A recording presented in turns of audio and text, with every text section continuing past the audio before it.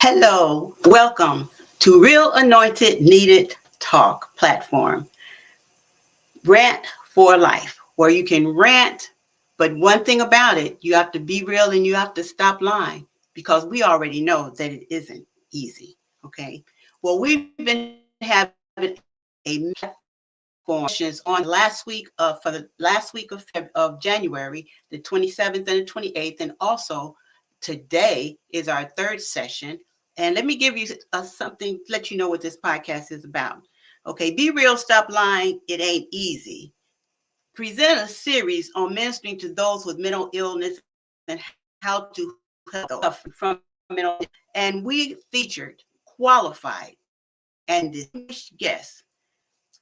It's a 4-session podcast that will discern how to help those who are suffering from a mental illness. Okay. And all our subject matter has been in reference to mental illness and the Black church. On January 27th, Reverend Nature Casey Combs. And you can go to YouTube channel REVELLIS 50 and review that podcast. Those podcasts are still up. And then on January 28th, our guest was Reverend Angela French Coles. And that all of our podcasts is up on YouTube channel REVELLIS on the Real Anointed Needed Talk platform, okay, on that playlist. I'm going to bring in our guest right now, the Reverend Dr. Yes, here she is. This is Reverend Dr. LaShonda Fletcher, and I want to welcome you to Real Anointed Needed Talk. Thank you. It's nice known to be here. as. I'm so glad that you are able to come. Yes. Yes, And thank you. join us and talk to the people about during this mental health season. But before we get started on this session, I want to let the audience know a little something about you. Okay. Yes. Let's see. Everything prepared. Okay. Well, Dr. LaShonda Fletcher is a gifted Sunday school teacher and a conference speaker who demonstrates a mighty love for God and for others. LaShonda accepted her calling into the ministry in May 2010.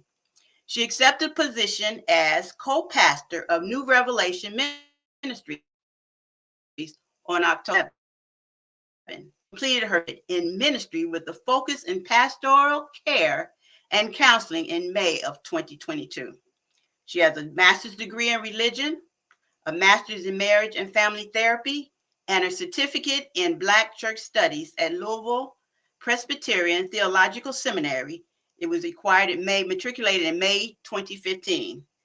LaShonda also, her first book, The Black Church and Mental Health, in 2015.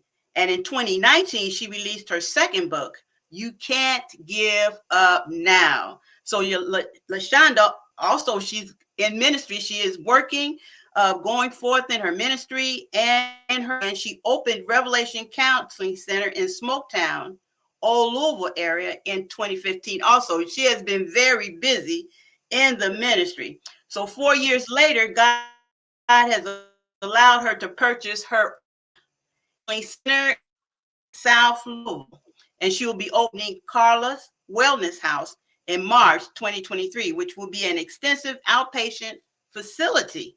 So LaShonda has also been married to Reverend Carl Fletcher for 23 years, and they have 3 beautiful children. I can attest to that. They've grown up so fast. Carl Jr., Zion, and Miss Ella. Yes. So we welcome you, Dr. Thank you. to Real Anointed. Thank you. Thank you. Thank you. So we're going to turn it over to you. And I do have a couple of questions that was emailed, and we'll just bring that in at the end of the session. Okay. All right. So I'm going to turn it over to you, wherever you want to start.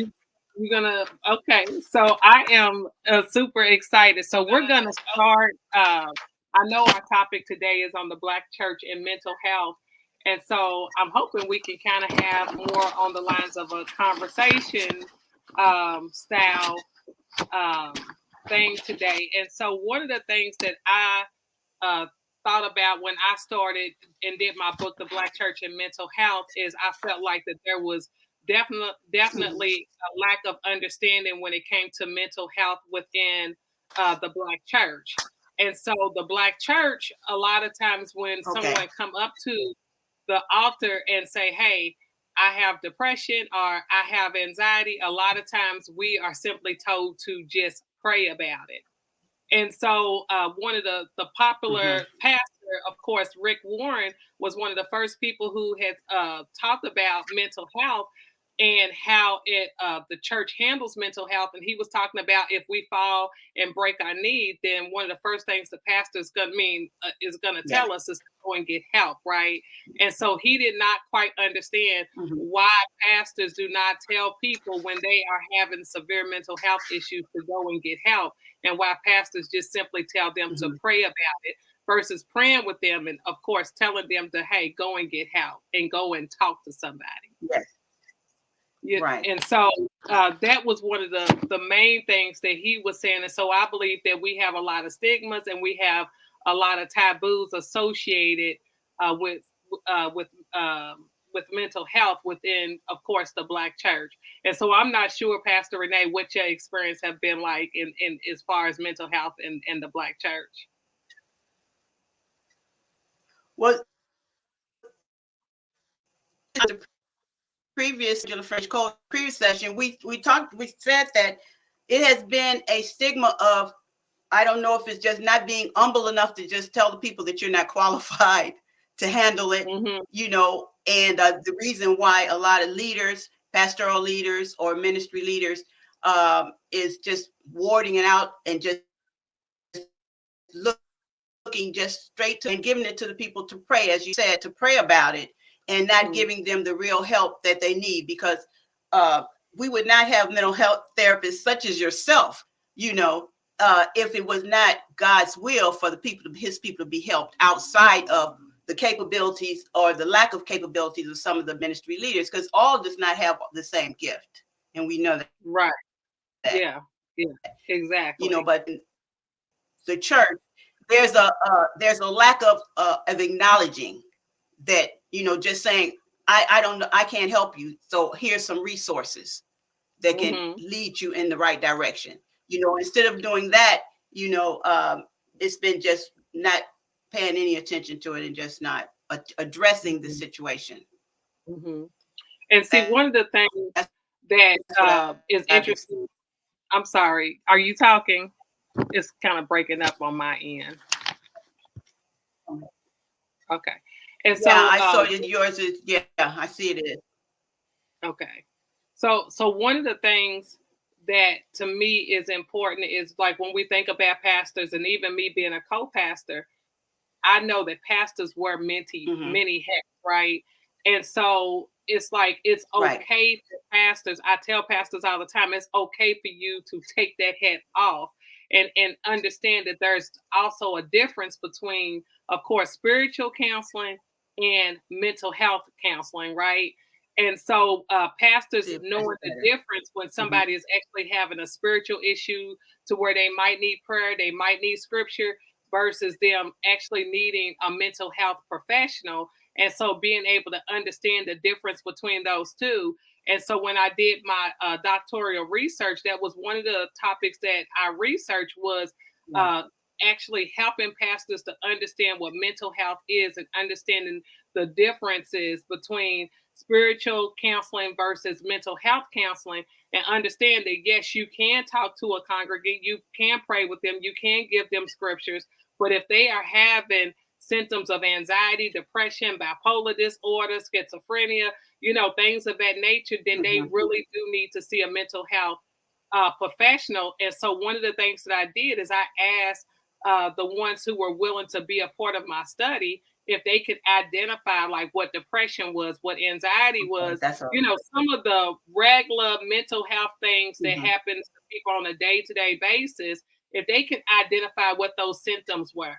And most of the pastors were not able to identify what the symptoms was for Right.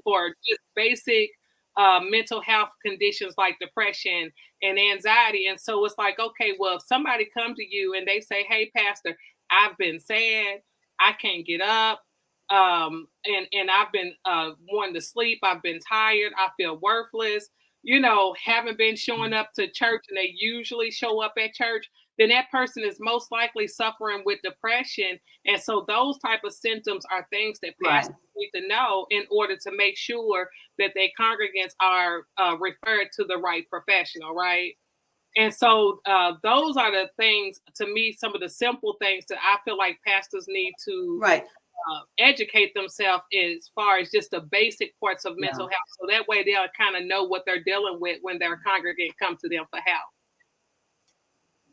Well, I wanted to ask you, in your study, since you brought that up, that you did in your research, that you did address the issue with different pastors and gave them those questions. Did you find open and honest as far as receiving the information that you had, or the dialogue, should I say, as far as them not acknowledging that they were not equipped? So the interesting thing is most of the pastors, I will say that I actually had, most of the pastors were very educated.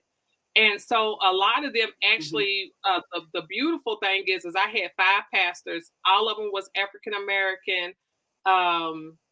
2 of them were African American men. 3 of them were African American females. And most of the pastors that I had could tell when somebody was coming to them, whether or not they were equipped or unequipped. And actually, a couple of them actually had a resource list of people that they actually referred to. So I was blown away and excited about the fact that at least a couple of them had those resources. And then the other question that I had asked these pastors was, have you ever went to therapy yourself, right? Because I'm a true believer that if I haven't been myself, then the chances of me referring my members or my congregants to seek help or to get therapy is going to be very slim. So I feel like that pastors also need to recognize their own need for mental health, because of course, and I know, of course, as being a pastor, there is a lot of pressures on pastors, especially when you are a pastor of a smaller church or a mid-sized church, and you got all of these mega churches out here and feeling like you effective. Are you doing enough? And that's not counting, like family issues or work issues. If you got a full-time job outside of, pastoring, those type of things, and are other people's expectations of you. And so pastors also need to be healthy and seek out their own mental health. And I think that will also help them to see that counseling and mental health therapy is okay.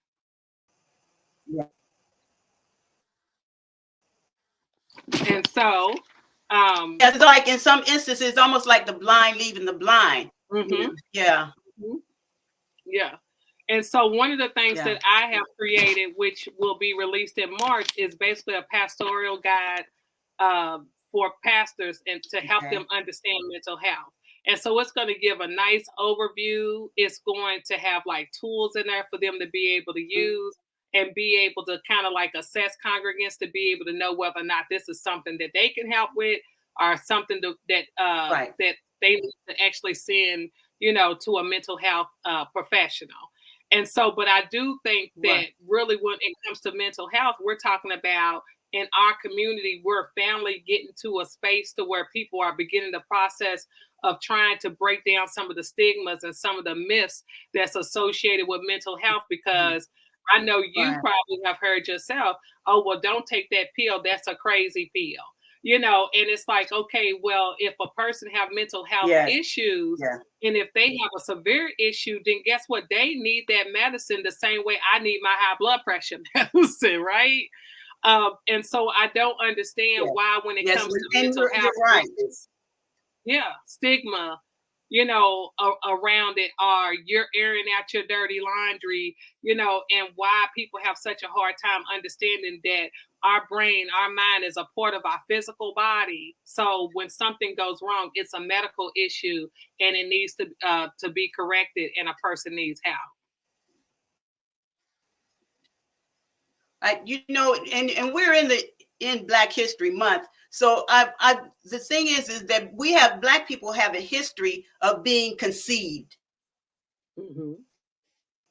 And I believe that, and I had read about it, said that there are many reasons that Black Americans are likely to not to receive mental health support because of the stigma and the socioeconomic disparities and the mistrust in the community because of the medicine. We have this opioid epidemic that went on, where medicine was just given freely and without even community. Do you feel that it has weighed heavily on the fact that pastors and even congregants or just social society and the Black society overall, just will not get help because of that stigma and that mistrust? Of course. And don't get me wrong, I will say this, and that is that Black people have a right, okay, to have that distrust. And so a lot of this goes back to the whole Tuskegee syphilis experiment, right? And that is when they did that whole syphilis experiment and that caused a big distrust around when it came to African American men. And so a lot of times we was trying to figure out, well, why do I have such a hard time getting my husband to go to the doctor, right? And they sat here and did this to all of these Black men, and some of them, of course, they caused them to have syphilis. Some of them didn't have. I mean, it was just a big mess, and so some of these people ended up losing their life. And so the reality of that is that guess what? We have a right to have this distrust, and then a lot of us don't understand why the men in our life still don't like to go to the doctor. Well, that distrust, that mistrust for the medical system stems all the way back to grandfathers and great grandfathers, and it just kind of trickled down through our history. So we have a right to mistrust or not trust the medical system, because of course, even when it comes to psychiatrists, and have a tendency back in the day to misdiagnose African Americans. And so that's why I tell people when they call me, or if I refer them to somebody, it's like, okay, I have to make sure that I refer this person to somebody that's culturally competent, right? And that means that guess what? If I'm Pentecostal or if I'm non-denomination, if somebody come into my therapy practice and say, hey, God told me this, I'm not going to immediately go to, did you hear was it an audible voice, or was it somebody sitting on your shoulders? I'm not going to ask those type of questions, because I understand the thought process of a person that is Pentecostal, non-denomination, or even just African Americans, and our need to have a close relationship and fellowship with God. Whereas our white counterparts, on the other hand, if they're not Pentecostal or non-denomination or don't believe in God at all, and I go into their office and say, hey, God told me this, this, this, and this, then they're going to immediately be like, this person said that God spoke to them, and they're going to start asking, was that an audible voice? And what did that voice sound like? And next thing you know, you end up with this misdiagnosis of this person got schizophrenic or is schizophrenia, or they got psychotic features, those type of things. And that's not the case. It's just a difference in cultural or religious belief systems. You understand what I'm saying? And so that's another reason why people distrust the medical system. And it's the vernacular that the religious. Yeah, and I was just saying that it's it's the terminology that that the religious sector uses, that can be misinterpreted, by someone that's not familiar with with the denomination or of that practice. And because I've experienced, I actually experienced twice diagnosed or a as far as mental concern, and it made me step back, and I had to really search myself and pray about it to come back and embrace, the mental health issues that there are viable. That's why I was so happy when I met you and that you were going off into the mental health feel, you know, and then being a therapist, I thought that is great, you know, Black women, men, you know, in this field, so that because you understand our culture, you know, Yes. and plus Yeah. the trust issue will not come up, you know, as far. Mhm. But yeah, there's been misdiagnosed. I've had to deal with that in my family, misdiagnosis, which made it was tragic results from it, you know, Mhm. and it made me skeptical, you know, Mhm. so I, you know, others, you know, that might not even have had that experience, but already have that deep rooted mistrust, you know, of Mhm. the field. But I know that it says that, and we talked that Black Americans have faced immense historical trauma and adversities from racism, discrimination, and exclusion from health, education, social, and economic resources in this country. So, as you said, that kind of puts a bridge between receiving help. So do you feel like that's why it's very important for the pastors, the clergy leaders, the ministry leaders to be versed in this mental health topic? I think it's very important. And the one thing that I do notice too, right, and that is that if a pastor send me a text message and say, "Hey, LaShonda, I'm going to send somebody to you," give it a few minutes later, my phone is ringing. Why? Because as African Americans, we have a serious trust. You know, we have a deep trust for our pastors. And the reason why we have a deep trust is because we feel like that they have this great connection to God. And we also believe that they're not going to lead us in the wrong direction. And so a lot of times if pastors say, "Hey, I'm going to have my member to call you," then that member calls me because they actually trust their pastor's leadership and they trust their Trusting. guidance. And so that's the reason why I feel like that pastors should have a nice list of therapists, at least 2 or 3 of them on their list that they know personally, Okay. that they know that it's good. When this person, when I send my congregant to your office, that they're going to get the proper mental health treatment that they deserve. And I'm sending them to somebody that I know Mhm. that understands our religion, that understands this person's faith, and is not going to misdiagnose them. Right. So, an example of that is I had a girl who came to see me like many years ago, and she needed an extended period of time on her test, right? So she went to a therapist and she asked him to write a note. This was a white male therapist. So she can get extra time to be able to pass this test, Mhm. which was an extensive test. It was for hours long. She suffered with anxiety. And so she asked him to Mhm. write the test and they would be willing to give her a couple of extra hours. Well, he writes the note and he puts in this note that she is mildly mentally retarded. Now, note she had anxiety and PTSD, but he Mhm. told the people He told the where she people. was in college that she was trying to get Mhm. into and get accepted into that she was mildly mentally retarded. Right. Now, if that wasn't racism, I don't know what Mhm. is. So, in other words, if I Right. present as retarded, if she presents as retarded, and I tell them that she's retarded, then they're not going to let her in, and they're not even going to allow her to take the test. And so, it's things of that nature We're not that gonna cause allow. Yeah. people to kind of have this distrust when they're going to people that don't look like them, that might not necessarily have their best interests at heart. And so that's not to say all people are like that, but some people are. So I do think that it is important for pastors to Yeah. definitely Yeah. It's have very, some conversation and very get educated important on mental for. health. Yeah. It's very important. Yeah.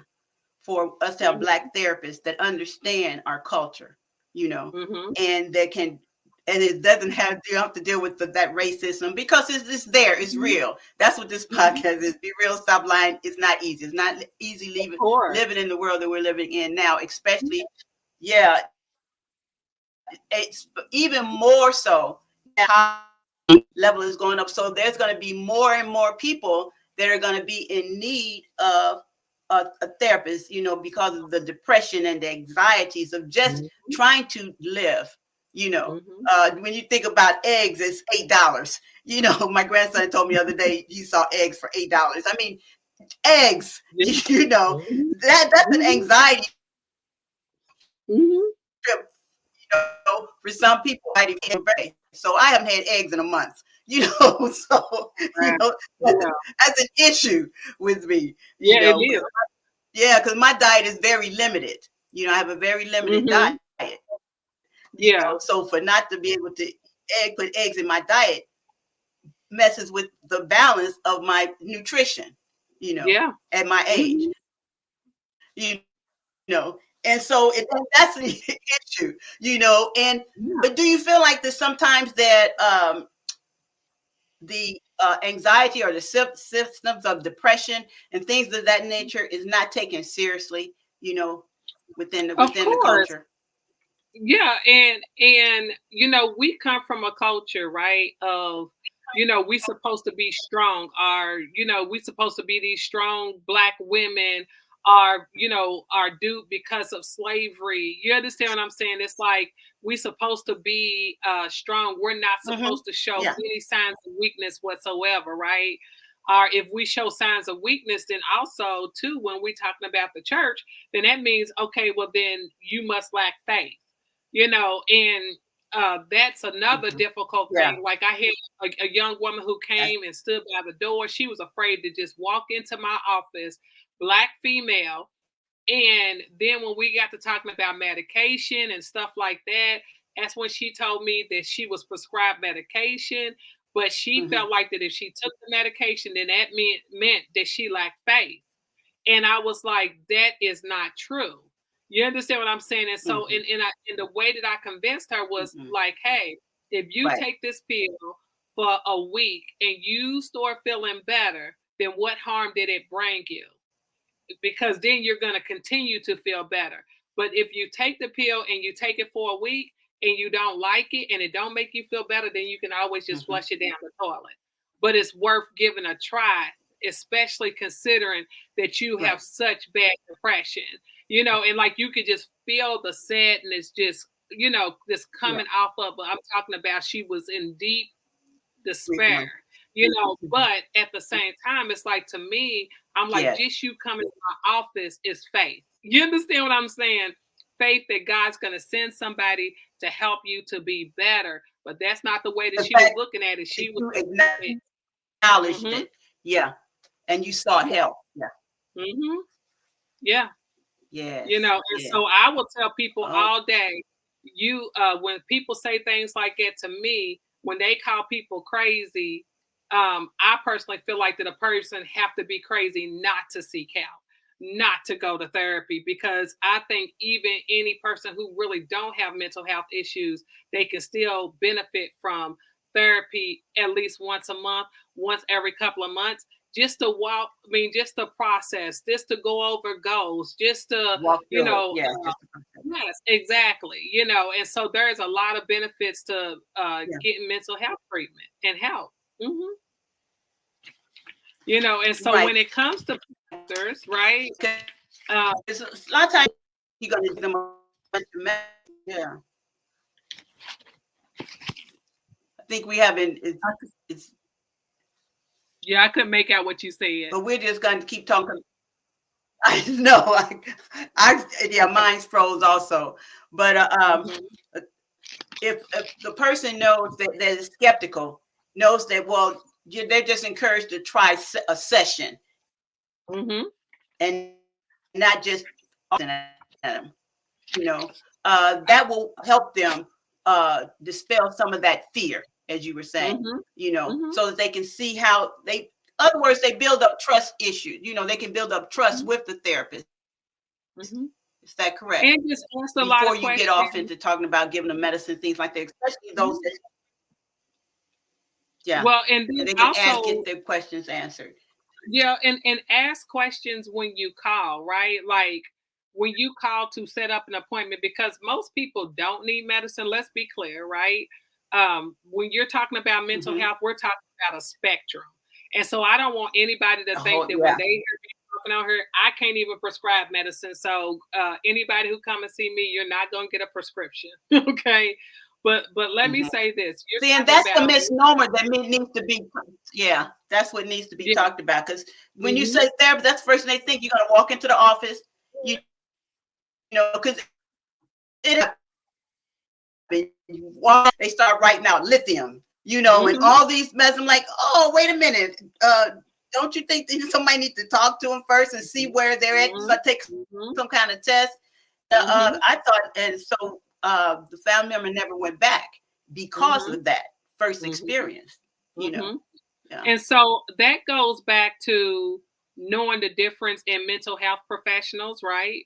So a psychiatrist and a nurse practitioner is going to be the only two, or either your doctor is going to be the only three people that can write out medications for mental health.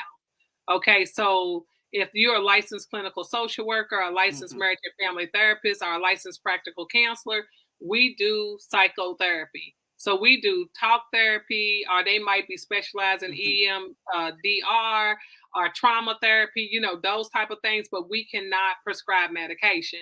Now we have usually a list of people that we can refer you to Mm-hmm. if a person needs medication, but that's not what we do. Now we do diagnose.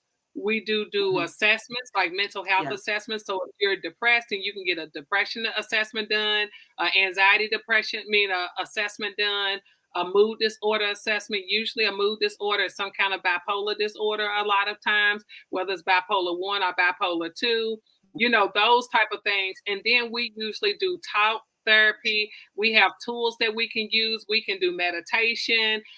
We can do sand tray therapy. We can do cognitive behavior therapy to help people with ruminating thoughts, because a lot of people have thoughts and they have a hard time being able to control their thoughts. And it just seems like they constantly Mm-hmm. focused on the same thing, right? And so we can Yeah. help Right.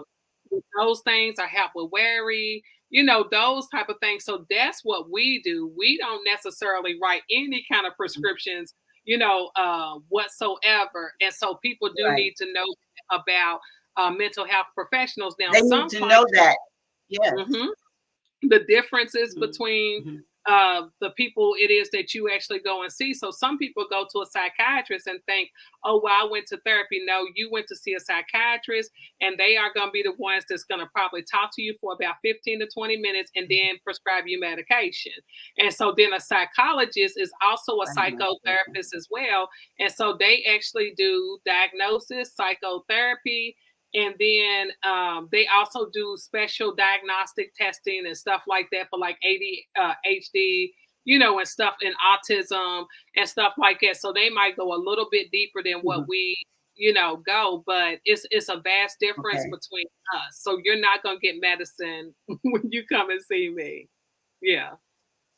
So it's When you come about there, right? And these are things that people need to know. Yeah, yeah. And it's about the learning difference. the difference is exactly what it's about, and being able to be open-minded. I tell people all the time. Now this is the other thing, right? And that is that as Black people, we also need to Yeah. understand that just because we are Black does not mean that we have the same belief systems. So if you are a Christian Right. and you want Right. a Christian Yeah. therapist, when you call that office, you need to say, hey, what's your beliefs? What's your faith? Because whether we realize it or not, Mm-hmm. in this new generation, there's a whole lot of people that It don't makes the believe difference. that don't believe in Jesus. They will say that they Right. are spiritual, Mm-hmm. those type of things, and they do not believe in God. Some of them are feminists or womanists, and some of them don't Right. necessarily believe in the entity of marriage, and so if you have marital issues, then guess what? That might not be the best person that's going to help you. So that's why come on, like when you go, Right. ask questions. I mean, before you go, when you call, ask questions, and it's okay for you to ask questions. And if they don't want to answer your questions, go to another, find another one. Mm-hmm. Mm-hmm. Find a therapist that's going to you can really need, Mm-hmm. and that will break down the barriers as we were talking about it, that distrust. Yeah, we'll break down those Somebody that's going to barriers. line up Yeah. to your belief systems, and that's going to line up to your morals, right? And your values, because Mm-hmm. not everybody believe like you. Just because they look like you don't mean that they believe Yeah. like you. You know, and if you're fighting for your marriage and you go to somebody who don't believe in marriage, especially in the word. Yeah.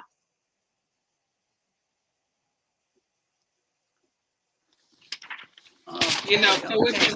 So, and you know, I was thinking, you know, dealing with young people in the in the what we're dealing with now, we seeing so many young people in crime, you know, committing crimes. I mean, it's random crime.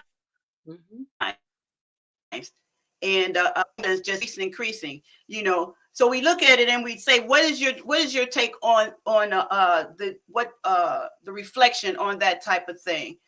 Being a therapist, what is your view on that? Oh man. Yes. I don't know if I will have a popular opinion here, you know. But I do believe that the beautiful thing about being a therapist that it gives us very good insight into the African American community and our plight. And believe me, there's a lot of things that is definitely going wrong within our community. I believe that we have very much lost sight of our morals, our values, our foundation, and our roots. And I think that a lot of folks have lost their way. I think that a lot of these young boys are out here, they're angry, they're looking for acceptance. Some of them, fathers might not be present, and that could be due to, you know, maybe their daddy was not present, or maybe, you know, mom and dad's relationship ended in a very bad way, Right, and she right. want him to see his kids. So we got layers upon layers of issues right now, you know, going on within our community. And then it's like, okay, well, what role models are they, who are they looking to for role models? I know back in the day, my husband always talked about, well, they had the drug dealers and they also had the pastors. You understand what I'm saying? The pastors had the nice looking wives, and then the drug dealers had the nice looking wives.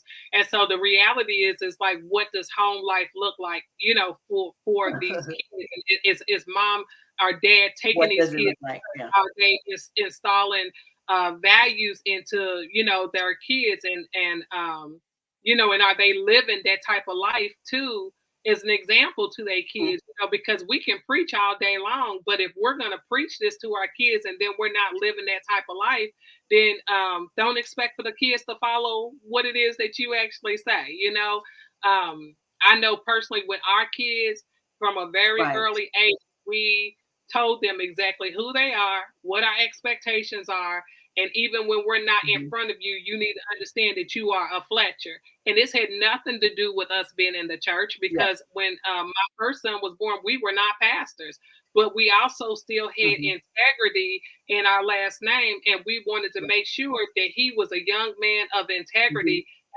And his brother and his sister too understand that there is integrity that's attached to your name, and we expect for you to be able to move and operate in that integrity even when your daddy's not around. And so I think that's the other reason why I said it's about, sometimes it's about our morals, it's about our values, and what it is that we are actually pouring into our kids, whether they come from a single family home or whether they come from a two-family household. What is it that you are actually installing in your kids? Are you giving them God? Are you giving them values? Are you giving them integrity? What is it that you're actually teaching your kids? And then are you actually walking in that as well, to show them that, guess what, this right here is possible and I'm capable of being able to live this out. Right. Right. That's good. That's really good, because it does start, like you say, it starts with the family. And, you know, it's whatever that family dynamics or whatever that family foundation is. And we have so many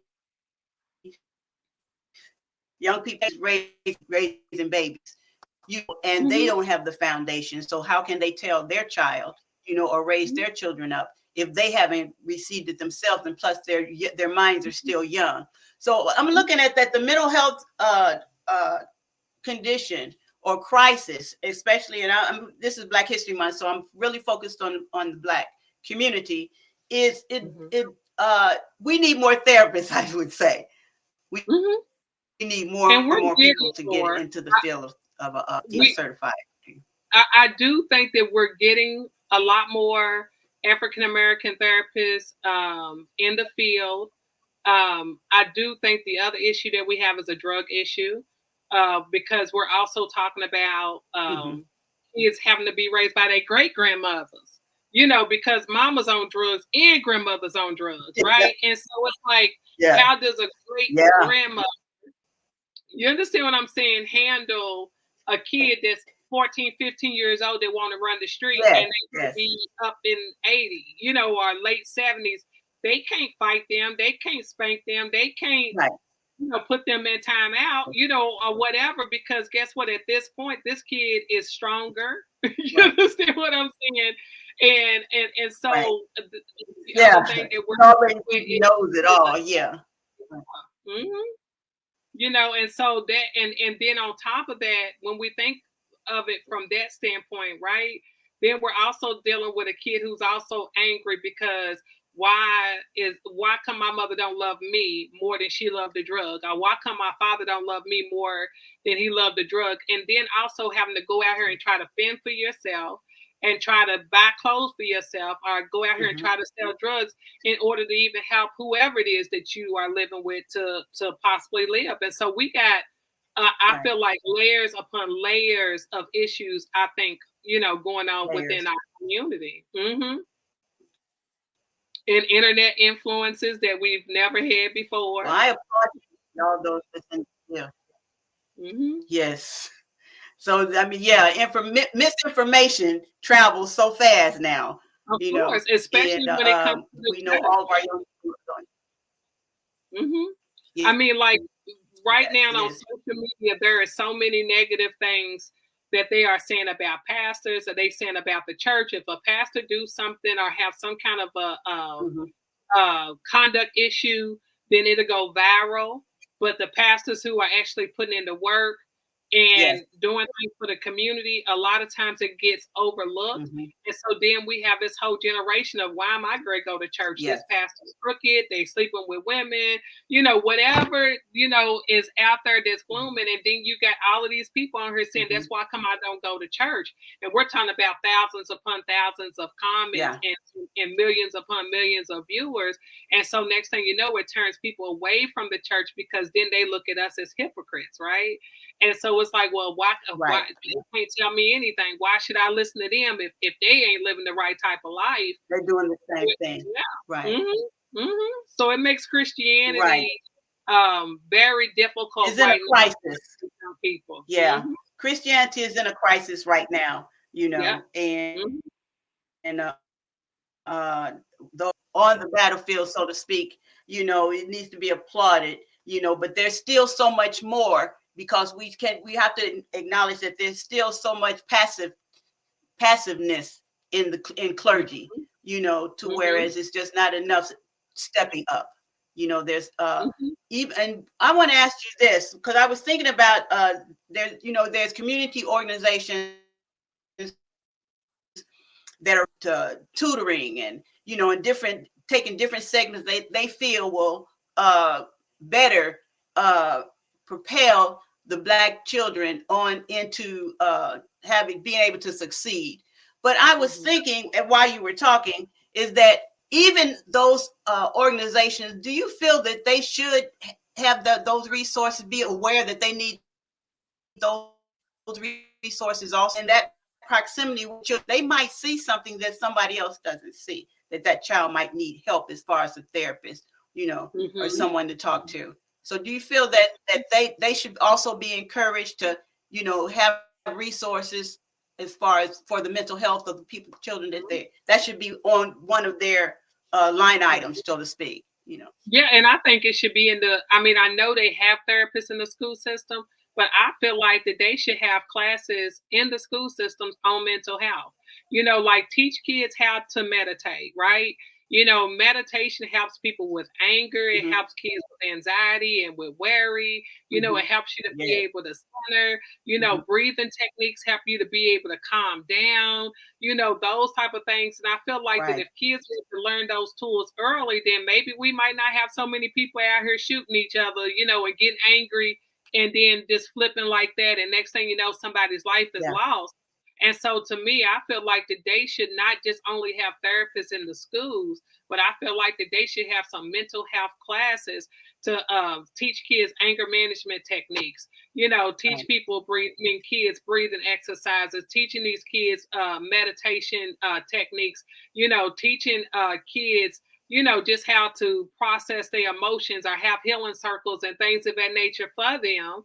And I think that that would be a beautiful thing if we could actually get Right. that into the school system to be able to help kids to be able to deal with their mental health early on, or be able to learn how to speak their emotions, because when we think about males, right, what happens growing up Hmm. is, parents oftentimes Yeah. tell their sons, "Oh, you a big boy, hush it up." And you got these little boys that's out here and they up here, they trying to hold in every emotion that they have, right? But when it comes to little girls, we get paid up, "Oh, baby, it's gonna be okay," or whatever. So Hmm. then when men get older and we're trying to figure out why come he won't communicate his emotions, or why is the only emotion that he show is anger. Anger is a secondary Right. emotion, right? So underneath Hmm. that iceberg, you got hurt, you Underneath got it. Yeah. irritation, you got frustration, and these are all of these different words that they can use, but they don't know how to communicate those words because they were never really given the opportunity to. So anger is oftentimes accepted, you know what I'm saying, is an emotion, and is a feeling within Yeah. our community. But when they say, "Hey, I feel hurt," then all of a sudden they're weak. And so that's the reason why, come on, like, we could really Yeah. benefit from having mental health classes within the school system to try to teach kids how to be able to identify their emotions. Because even as a therapist, when I first seen that whole big old huge Right. list of different emotions, some of them I had never even heard of before, and didn't even Hmm. know what it meant. Because there's only like 4 or 5 of them, of course, within our community that we've ever used or actually That we spoke out know. of our mouth. Yeah. Frustration, hurt, those type of things are, Hmm. anger, those type of Shame. emotions Yeah. Stuff like that. type thing. And it's like, wait a Yeah. minute, there's all of these other emotions that I could actually be feeling. Just simple stuff like that. Hmm. Hmm. Right. Right. Just knowing, being able to identify them, you know, Yeah. uh, and that's what you And actually would need, yeah. someone that knows that you speak to them how you feel and they can identify it and put a label to it, Hmm. to give you better understanding about how you feel, you know. Hmm.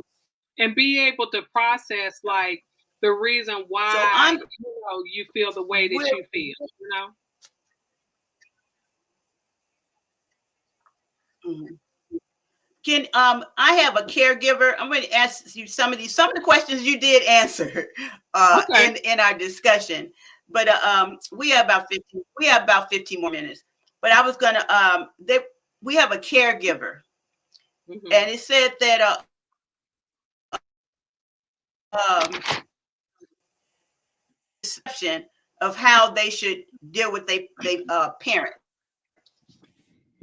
because they're the caregiver of a parent, Hmm. and the families having different perceptions of how they should deal with it, although the family's not there, is not visiting, they're just, mouth and input. And so this person is starting to deal with a lot of anxiety, Hmm. because of the judgment and feeling like no, or because they have different perceptions of the problem. So what kind of conflict resolution would you suggest for that family?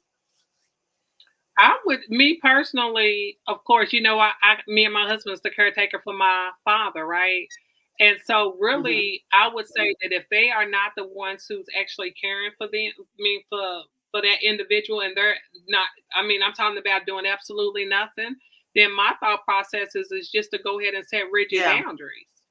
You understand what I'm saying? Because in the end, Mm-hmm. people always have something to say when they're not the ones that's doing the work. You understand what I'm saying? And so if their Yeah. input is affecting them so much so to the point to where they have anxiety around it, then that sends a message to me that they need to Mm-hmm. separate themselves. Because I think that's the other thing when it comes to our community. We preach family, family, family, and to be loyal to our family.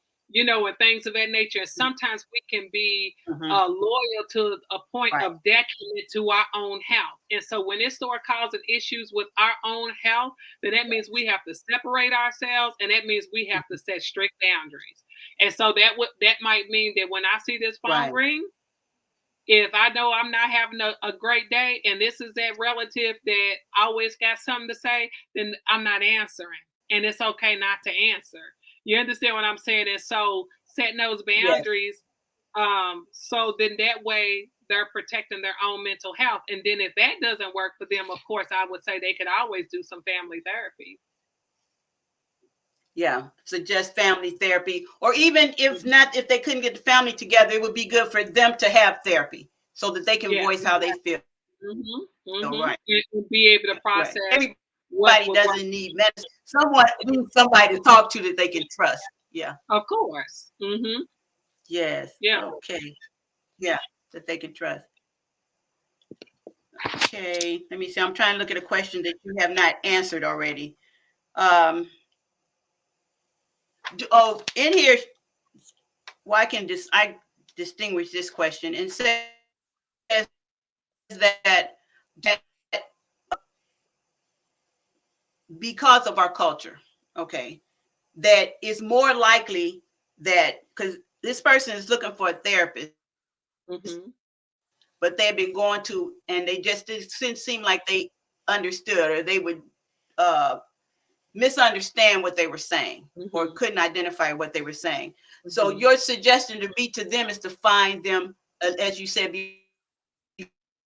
before, a therapist who finish my statement. Finish. Most definitely. I know, even me That myself. understands. I had a therapist that I went to. Actually, I had two other therapists that I went to before I got my therapist that I have now, right? And so one of the ladies that I went to, she was a white, older female. I felt like by me being a therapist and her being a therapist, I felt very like everything was textbooky. So I didn't feel like that there was anything personal, or I couldn't get comfortable. And it was like I knew what the next question was going to be because that's what they teach us in school. And so that was just, it was just too robotic for me. So I left her alone. So then I went and I found an African American female therapist. And I went to her, and I think I might have went to her twice. I always believe that you give them at least two times. And I went to her twice. And it was just something about the presence and the spiritual presence that was in the office that didn't set well with me as a believer. And don't get me wrong, I don't know what her religious belief systems was, but it was not setting, something felt real off for me. And I didn't like that presence. And so now the therapist that I have now, me and her, I think she's probably been my therapist for like 7 years, and so I might see her once a month. I might see her once every 2 months. I might see her 3 times in 1 month if it's been a rough month, right? And so she is an amazing fit for me. You understand what I'm saying? She's comfortable. She's a Christian. She's an encourager. She's a Black female. She's older than I am. But I would send anybody to her, because I trust her in that way. And we have built that type of rapport. And so I went into what you're saying is,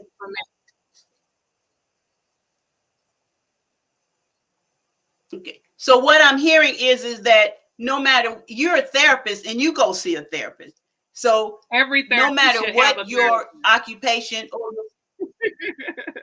everyone should have a therapist. Every therapist, someone that you know.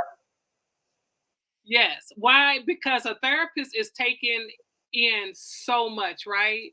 So an example, I could have one session and I could just be working with a couple on marital issues, simple tools, communication, or whatever. But then the next person that might come in might be a rape victim, might have been in and out of foster care, might have been abused, and it's a heavier session, right? And so you want to try to keep it in the office, but some people's stuff is Right. so heavy, you take it home with you.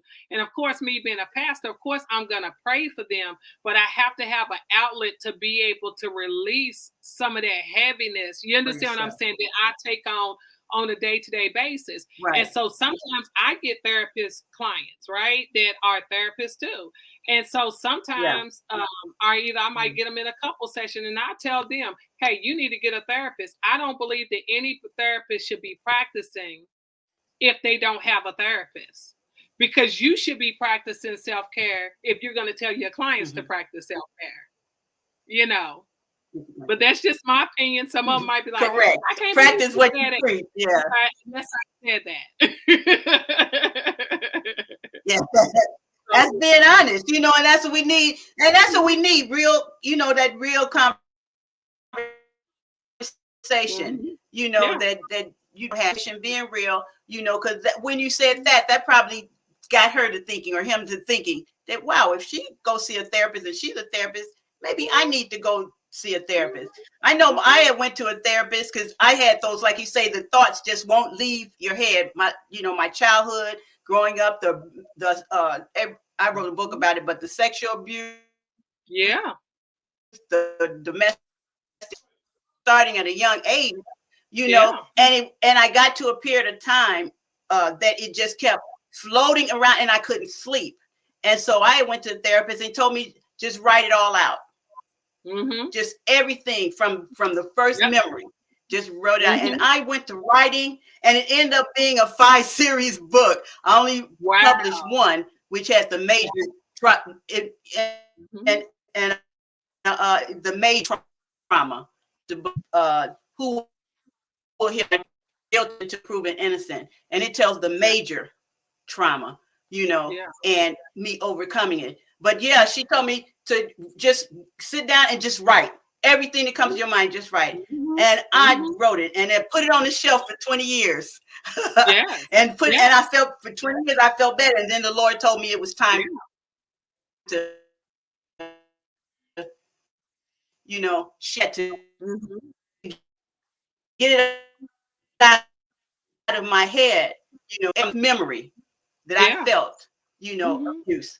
I had to But write it down, you my got that. perspective, and everyone doesn't agree, with your perspective. Mhm. I Mhm. was on the my Bible study class last night, and it was pricking my spirit before I went on about all the criticism he's getting from sharing his perspective of his life, how he Mhm. feel about himself. And I identified Yeah. with him because I got the same feedback. Yeah. I receive and still sometimes with the same feedback, but it was my life and it was the shoes I walked in and it's what I felt. And I'm feeling the Mhm.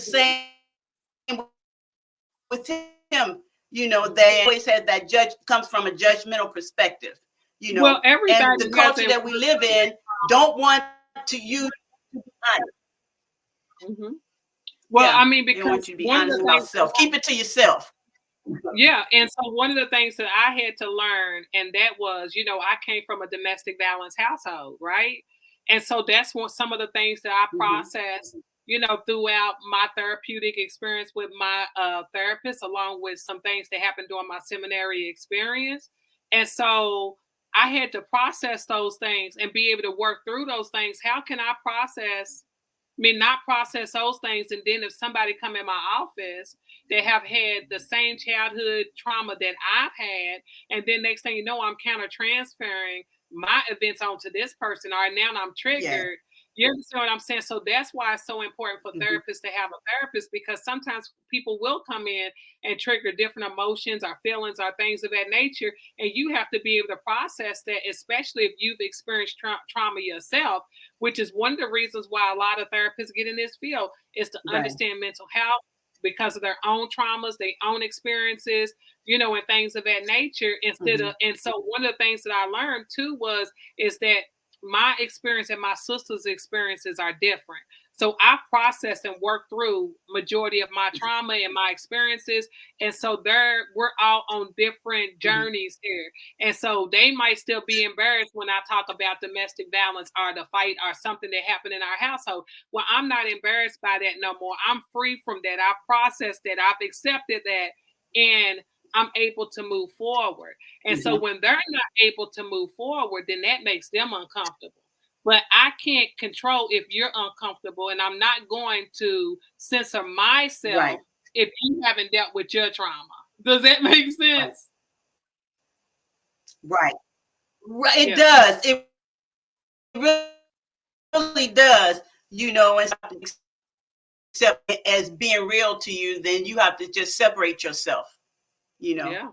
for your own, Hmm. for yourself, because you can't take yourself back into denial just Hmm. to satisfy, someone else's perspective about what you lived through, So Exactly. I think this has been very informative, Thank you. and I know that our audience have they will on there until infinity, you know. And later on this evening, it will be on Spreaker, Hmm. Google, iHeartRadio, and 7 other podcast platforms. Soon as I transfer it over, is Okay. now right now it's on YouTube, and it's going to be up forever. And it's Okay. YouTube channel RENELLIS 50, and it's we must get back together again. And I know the audience said, like I say, have enjoyed you. You've given us a lot Thank of you. information. You made us feel so very comfortable in our own skin, Thank you. that it's all right. It is all right I to think seek they do. help. You know, it is okay to Hmm. seek help, Yeah. and live your truth. As I'd like to say, be real, stop lying. It ain't, what you'd like to say No, in. I'm good. I'm excited, and so I'm going to go back and watch the recording.